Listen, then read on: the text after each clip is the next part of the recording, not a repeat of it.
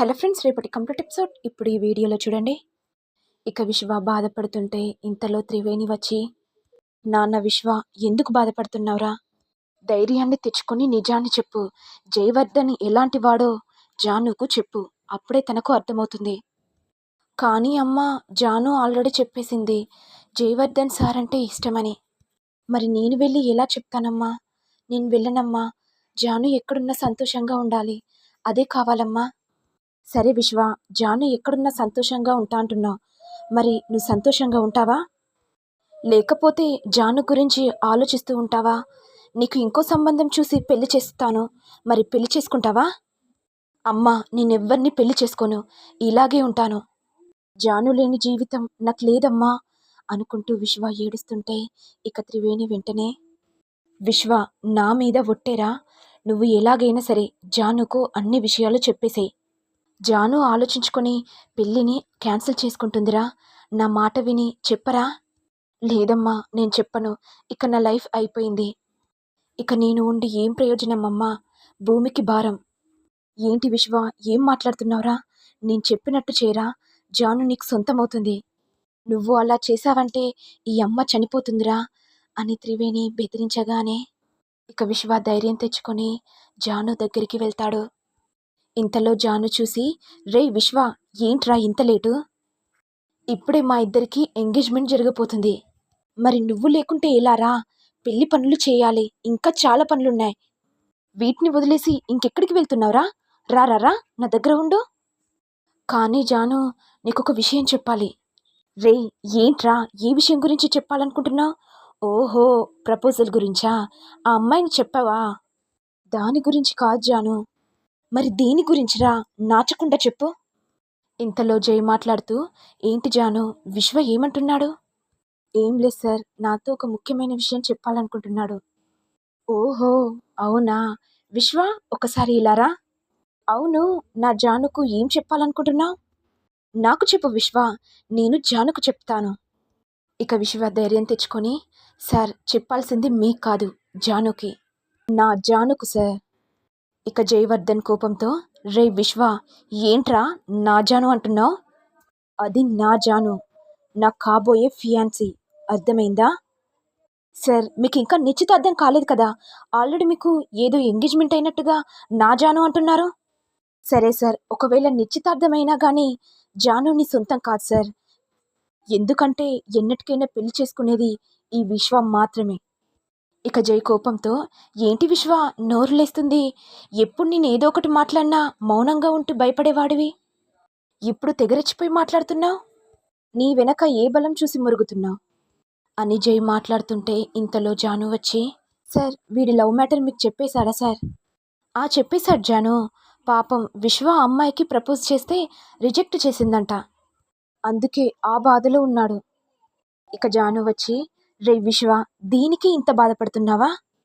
నీకు తప్పకుండా అర్థం చేసుకునే అమ్మాయి నీ లైఫ్లోకి వస్తుందిరా, నువ్వేం టెన్షన్ పడకు. ఇక విశ్వ మనసులో, ఎలాగైనా సరే అందరి సమక్షంలో చెప్పేస్తాను నేను జానును ప్రేమిస్తున్నానని అనుకుంటూ విశ్వ జాను చేయిని పట్టుకొని, జాను, ప్రేమిస్తుంది ఎవరినో కాదు, నిన్నే. ఏంట్రా, ఏం మాట్లాడుతున్నావు? అసలు నీకు బుద్ధుందా? నువ్వు నన్ను ప్రేమించమేంట్రా? అవును జాను, నా ప్రపోజల్ని నీకు చెప్పాలని ఎన్నోసార్లు ట్రై చేశాను, కానీ నా మనసే అంగీకరించలేదు. ఇప్పుడు చెప్తున్నాను జాను, నువ్వంటే నాకు చాలా ఇష్టం. రే విశ్వ, ఏం మాట్లాడుతున్నావురా? నిన్ను జస్ట్ ఫ్రెండ్లీగా చూశాను. నాకు జైసార్ అంటే ఇష్టం, జైసార్నే పెళ్లి చేసుకోవాలనుకుంటున్నాను రా. కానీ జాను, నా మాటను అర్థం చేసుకో. జై అంత మంచివాడు కాదు. నిన్ను సొంతం చేసుకోవడానికి ఎన్నో తప్పులు చేస్తున్నాడు. ఇక జాను కోపంతో విశ్వ చెంప పగలగొట్టి, రే విశ్వ, ఏం మాట్లాడుతున్నావురా? అంటే నేను నిన్ను ప్రేమిస్తలేనని జైసార్ గురించి అలా మాట్లాడడం కరెక్టేనా? ఇక్కడి నుంచి వెళ్ళిపో విశ్వ, ఇంకోసారి నా కంటికి కనిపించకు, నాతో మాట్లాడకు. ఇలా అనేసరికి జై నవ్వుతుంటే ఇదంతా విశ్వ చూసి మౌనంగా వెళ్ళిపోతాడు. ఇదంతా సిద్ధు విని ఆశ్చర్యపోతాడు. ఆ విశ్వ అనే అబ్బాయిని చూస్తుంటే కల్మషం లేని అబ్బాయిలా అనిపిస్తున్నాడు. కానీ జాను పక్కన ఉన్న జై గారిని చూస్తుంటే నాకెందుకో డౌట్ అనిపిస్తుంది. విశ్వ చెప్పినట్టుగా ఈ జై గారు పెద్ద సైకోలా అనిపిస్తున్నారు. అనుకుంటూ సిద్ధు లక్ష్మి అక్క దగ్గరికి వెళ్ళి, అక్క, జై గారు మంచివారా లేకపోతే చెడ్డవారా? ఏంటి తమ్ముడు, ఏం మాట్లాడుతున్నావు? జై గారు చాలా మంచివారు. మాకు ఆపదలో ఉంటే సహాయం చేశారు. అలాంటి మంచి వ్యక్తిని పట్టుకొని నువ్వలా అనడం ఏంటి తమ్ముడు? ఆ విశ్వ అనే అబ్బాయి మా జానుని ప్రేమించి ఏదో పిచ్చి పిచ్చి మాటలు మాట్లాడుతున్నాడు. మరి లక్ష్మక్క, జై గురించి అన్ని ఎంక్వైరీ చేశారక్క? ఎంక్వైరీ ఎందుకు తమ్ముడు? ఈ జై గారు అనాథ, తల్లిదండ్రులు లేని అబ్బాయి. ఏంటి లక్ష్మక్క, ఏం మాట్లాడుతున్నావు? అనాథ అని అబ్బాయికిచ్చి పెళ్లి చేస్తున్నారెందుకు? అతని గురించి కూడా ఎంక్వైరీ చేయాలి కదక్క. తనని చూస్తేనే అర్థమవుతుంది తమ్ముడు. తన ప్రవర్తన విధానం, వినయత నా కళ్ళకు కట్టినట్టు కనిపిస్తున్నాయి తమ్ముడు. కానీ మీరనుకున్నట్టుగా ఆ జై గారు నాకు అలా అనిపించట్లేదక్క. ఎవరైనా చూడ్డానికి అలాగే ఉంటారు తమ్ముడు. సరే అక్క, నువ్వన్నది నిజమైతే ఈ వారం రోజులు ఈ జై గారి గురించి ఎంక్వైరీ చేస్తాను. మంచివాడా లేకపోతే చెడ్డవాడా అనేది నీకే అన్ని డీటెయిల్స్ చెప్తానక్క. సరే తమ్ముడు, నీకు నచ్చినట్టు చెయ్యి.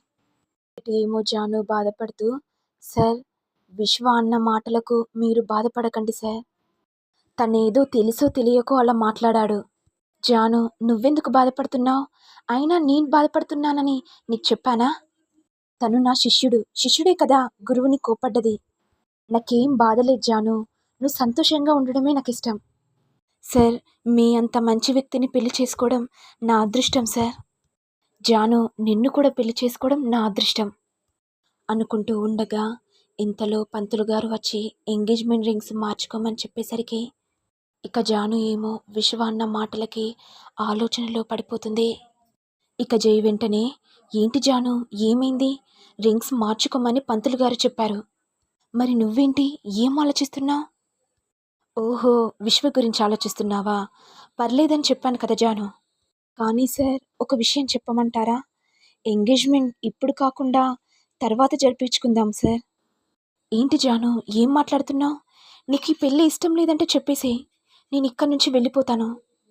కానీ సార్, కొద్ది రోజులు టైం ఇవ్వండి. ఇంతలో లక్ష్మి వచ్చి, జాను, ఏం మాట్లాడుతున్నావు? జై గారి గురించి తెలిసి కూడా ఎందుకు ఇలా చేస్తున్నావు? రింగ్స్ మార్చుకో జాను, నా మాట విను అని అనేసరికి లక్ష్మి ఏం చేయలేక జై వీళ్ళకి ఇక ఉంగరాన్ని తొడుగుతుంది. ఇక జై కూడా జానుకు ఉంగరాన్ని తొడుగుతాడు. మరి నెక్స్ట్ ఎపిసోడ్లో ఏం జరుగుతుందో చూడాలి. మరి మీకు వీడియో కనుక నచ్చినట్లయితే లైక్ చేయండి, షేర్ చేయండి, సబ్స్క్రైబ్ చేయండి. Thank you all.